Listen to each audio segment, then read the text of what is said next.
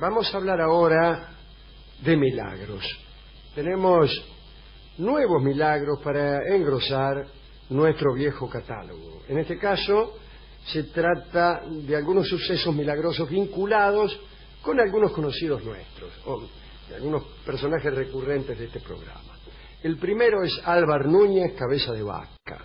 Ya hemos contado sus famosas caminatas, recorrió América del Norte, de este a oeste, y después caminó desde Santa Catalina en el Brasil hasta Asunción en Paraguay.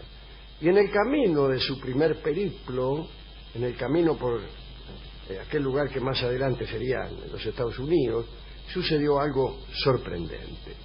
¿Saben ustedes que Álvar quedó solo junto a 3 hombres después del famoso naufragio que mató al jefe de la expedición, el célebre Pánfilo de Narváez, y a 600 tripulantes? Era el año 1528 y justamente el libro que escribió Álvar Núñez contando estas cosas se llama Naufragios. Álvar Núñez entonces empezó su caminata.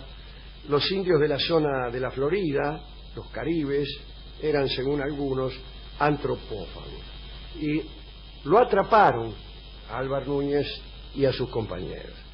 Pero los españoles estaban tan flacos que los indios lo despreciaron y los arrojaron a un foso porque ni para comer se lo servían. Poco tiempo después del inicio del cautiverio, los caribes se propusieron sacarles algún otro provecho a estos presos. Los sacerdotes caribes creyeron que unos tipos que habían tenido tanto valor y habían hecho tantos esfuerzos no podían dejar de tener una facultad igual o superior a la de sus propios hechiceros. Bueno, una conjetura audaz, pero tal vez razonable y verdadera, me parece a mí. Entonces los caribes pusieron sería mejor, pero bueno, aquí dice pudieron, y si dice pudieron yo leo. Está bien, se lo dan así, pudieron llegar a concebir esta idea de que los españoles podrían llegar a ser útiles a partir de su vigor y de sus poderes mágicos. Entonces pusieron a Álvar y sus compañeros frente a los enfermos que tenían y les ordenaron que intentaran curarlos.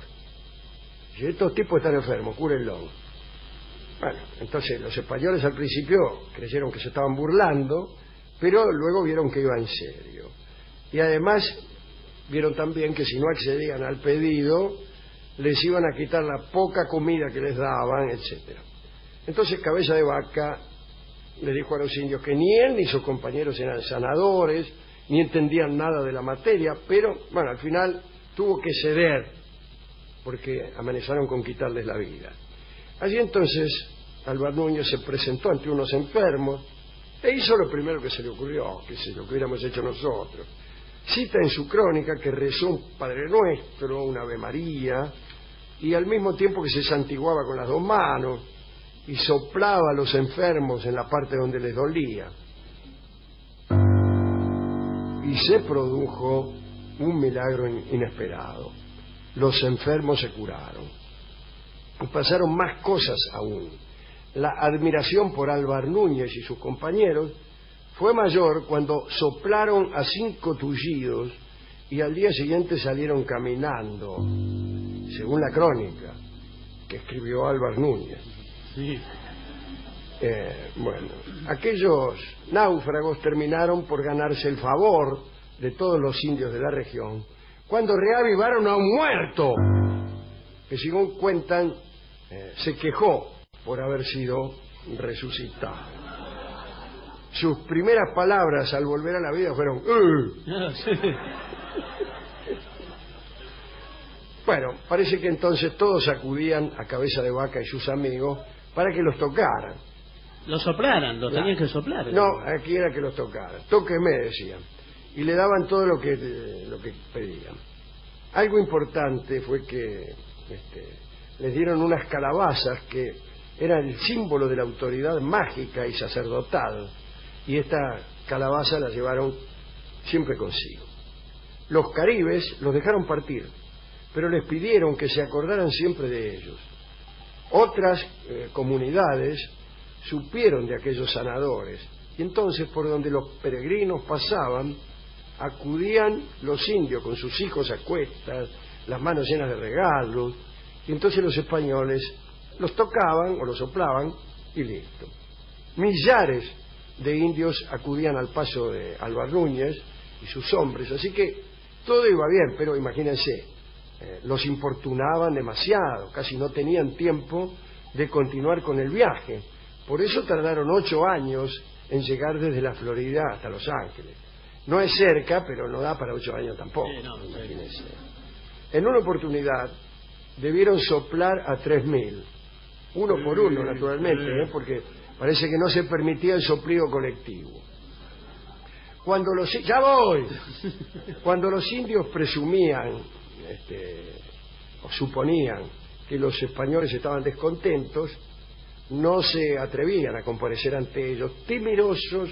Al revés, cuando los indios creían que los españoles estaban enojados, evitaban verlos porque temían que una sola mirada de un español enojado pudiera causarles la muerte, ¿no? Bueno, por ese mismo motivo o por otros, uno de los compañeros de Álvar Núñez, Alfonso del Castillo, empezó a creérsela. Empezó a creer que sí, te vio cómo es. Sí. Uno resucita a 2 o 3 muertos Y ya está. y ya se cree que puede adivinar cualquier carta. Ya. Bueno, eso le pasó a Alfonso del Castillo. Y bueno, a veces no acertaba a curar la enfermedad de alguno, y entonces decía que no había podido hacerlo porque sus antiguos pecados lo estaban estorbando, pero creía que era mago. Soy mago, soy mago. Álvar Núñez, en cambio, nunca se la creyó. Sin embargo, me huele a mí que estas historias de su propio libro Naufragio fueron inventadas. Yo no creo que haya resucitado ningún muerto, pero es una actitud interesante esta de Álvar Núñez, que funciona así. Yo te digo que no soy mago, pero cuento las cosas de un modo tal que vos sí te lo vas a creer. Y entonces me van a contradecir. Yo digo, no soy mago. Vos lees el libro y decís, sí, sos mago. Y me contradecís. No, sí, sos mago. Y es lo que yo quería. Y ahí está. Es lo que yo quería. Así que es un recurso interesante. Los siguientes milagros, este es el primer milagro que hemos contado, ¿no? El milagro de las sanaciones de Álvar Núñez y sus compañeros. El segundo se refiere al Papa Clemente IX y a Santa Rosa de Lima, que es una de las pocas santas americanas. Murió en el año 1617 Rosa, era famosa por sus penitencias, sus raptos místicos y sus curaciones. Las exequias fueron multitudinarias.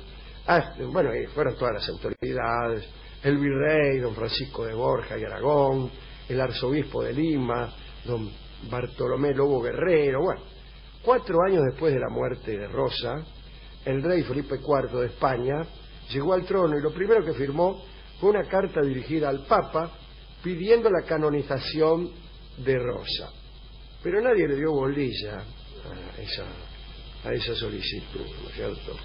Parece que, bueno, en Roma son siempre reticentes con esto de la santificación. Recién, en 1667, la reina Mariana de Austria volvió a pedir por la santificación de Rosa al Papa Clemente IX. Curiosamente, el Papa tuvo un arranque de escepticismo. Cuentan que preguntó desdeñosamente, ¿no? Dice, Santa Ilimenia, si eso fuera posible, que caiga una lluvia de rosas, dijo Clemente. El pontífice al parecer no podía concebir que un sitio cristianizado hacía poco, como era Lima, pudiera dar frutos tan tempranos de santidad. Lo extraordinario fue que apenas pronunció aquellas palabras, a saber, si eso fuera posible que caiga una lluvia de rosas, bueno, precisamente una enorme cantidad de pétalos de rosa cayó sobre el escritorio del Papa. Entonces Clemente IX se arrojó al suelo y empezó a gritar, perdón, perdón. y se flageló durante 2 semanas. Y además se entusiasmó muchísimo con la canonización de Rosa de Lima, expidió el breve de beatificación, acortó los plazos establecidos por Urbano VIII para proceder a la canonización y la proclamó protectora de Lima y del virreinato del Perú. Al morir Clemente, encontraron que en su testamento había un legado, ¿no?, para construir en Pistoia, la ciudad donde Clemente había nacido, en Toscana, ¿no?, una magnífica capilla dedicada a la bienaventurada Rosa Limeña. Así que ese fue el milagro relacionado con Santa Rosa de Lima, la lluvia de rosas. Y contemos para terminar algo que no es un milagro, pero es un lindo decir. Diógenes de Sinope, Diógenes de Sinope, Diógenes el cínico, Diógenes el calmo, el famoso, el que se enfrentó a Alejandro el rey, hizo una vez lo siguiente. Se dirigió a donde estaba está llamando Nacho Iraola. Nacho Iraola, estoy en plena grabación del programa. ¿Pero qué cosa? Pero, está saliendo al aire vos mismo. De Nacho Iraola es el director de Editorial Planeta, les contamos. Que ha editado el libro que se llama La venganza será terrible, 30 años. Que todos ustedes pueden comprar en las buenas carnicerías. ¿Pero qué está llamando ahora, señor? Es un aplauso para Nacho Iraola, ¡Milagro! ¡Milagro! ¡Milagro! Es un milagro. Estamos hablando de milagros, Nacho. Bueno, sí, me encantó. Me está preguntando si me gustó el libro. Pero sí, dígale todo que sí. Yo se lo digo que sí para que corte. Sí, señor. Ahora, en un rato te llamo, Nachito. En un rato te llamo. Bueno, un beso. Chao, chao. ¿Pero cuánto más lo van a llamar? Estamos hablando de milagros. Yo me acabo de convertir. Pero mire cómo se me puso la piel. Sí. ¿Qué? No. ¿De ahí? No, acá. No. Se me erizan los pelos que no tengo, señor. Sí, claro. Bueno, impresionado que estoy. Entonces estamos hablando de Diógenes.